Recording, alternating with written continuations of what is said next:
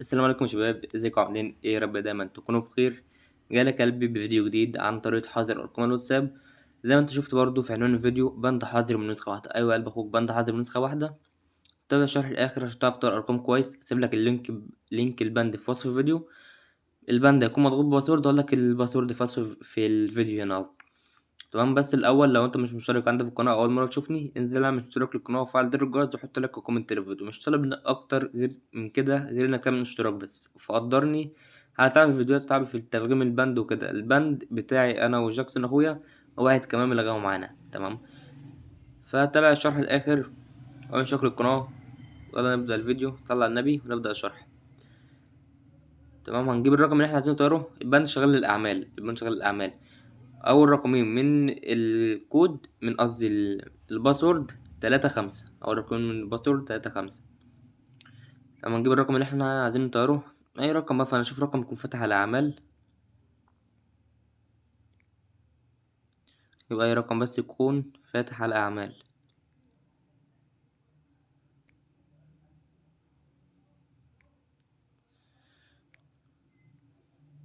ده كله ده متجر. ثواني.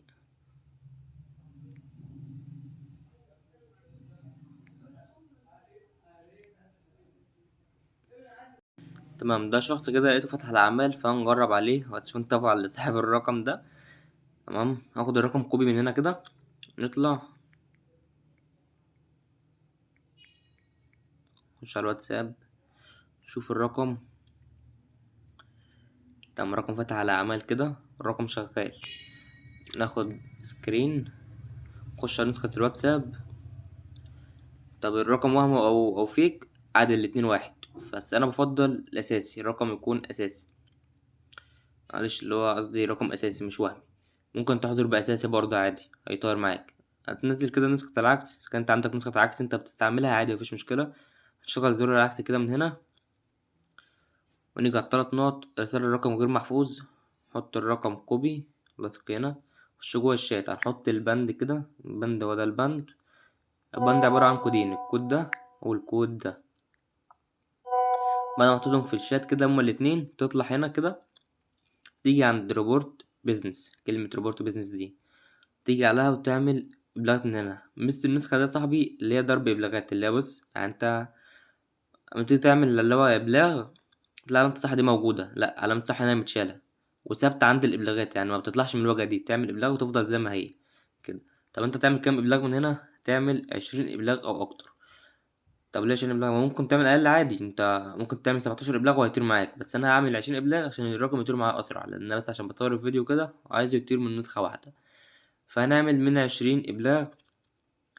هقول لك برضو بقى الإبلاغات من جوه الشات هتعمل ازاي. فنديله كده 20 إبلاغ من هنا، يعني مش شرط 20 بالظبط، انت ممكن تعمل أكتر عادي. مثلا كده 4 5 6 7 8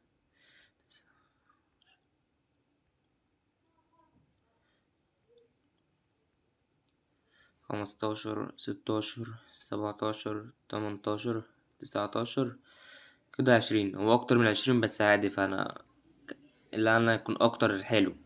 خش جوه الشات، تعمل ايه تاني؟ تيجي كده عند البند ذات نفسه اللي هو الرسالة، تحدد عليها كده. تحدد على الرسالة ذات نفسها الأولى، وتيجي عند التلات نقط اللي فوق دول.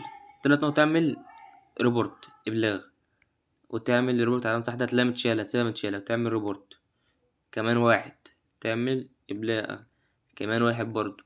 انت كده تعمل 3 إبلاغات على البند ذات نفسه. تمام. عملنا كده على البند الأول، نيجي عند الكود التاني. ريبورت، ريبورت كمان مرة، ريبورت.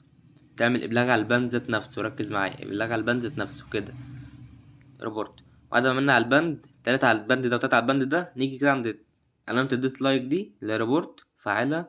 ضغط عليها وتعمل ريبورت برضه. علامة صح تسيبها متشالة.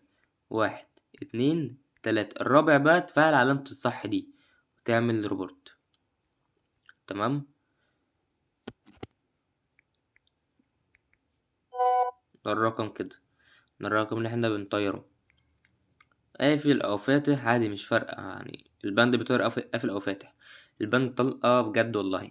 وبيترجم نسخة واحدة أقسم بالله. يعني أنت هتنزل البند وهتشوفه بنفسك. حتى البنود يعني مثلا بنزل البند ده، أنا كل يوم بنزل لكم بند. البنود اللي فاتت لسه شغال لحد دلوقتي، ولسه بتطير برضه في أعمال ومتجر وكل حاجة، ونزل لكم بند جديد. يعني مفيش أحلى من كده.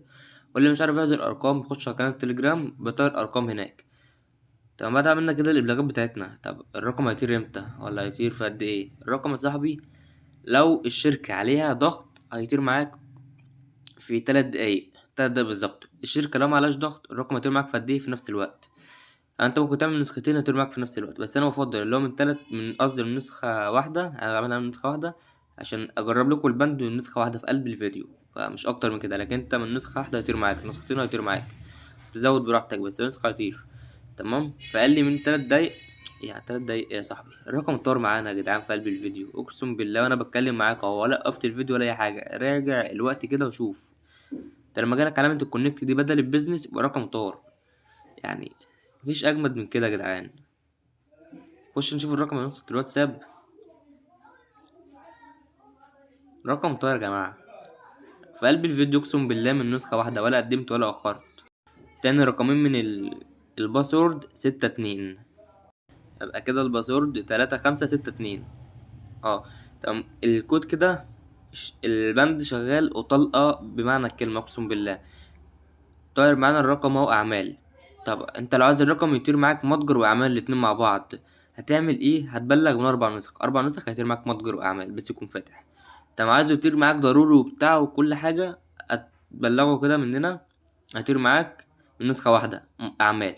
هو ما يفتح كده كده من نسخة الواتساب اللي هو العادي هيطير برضو المتجر. فاللي هو انت كده طاير وكده طاير، عمره ما يقدر يفتح على متجر. ما يجي يفتح الرقم بتاعه هيطير. فيا صاحبي كده جربت معاك البند، اقسم بالله يا شباب من نسخة واحدة. او الرقم ده اول مرة اشوفه اصلا، ولغت عليه في قلب الفيديو معاكم. ما عملتش اكتر من كده. البند طبعا هيكون في وصف الفيديو، تقدر طبعا اشتراك القناة. الباسورد ده انا قلت لك عليه في قلب الفيديو، لو انت مسمعتوش راجع الفيديو من الاول واتابع الشرح عشان ترى برضه طاير ارقام. البند هيكون في وصف الفيديو. معرفتش تنزله خش على التليجرام. وسلام يا اخواتي.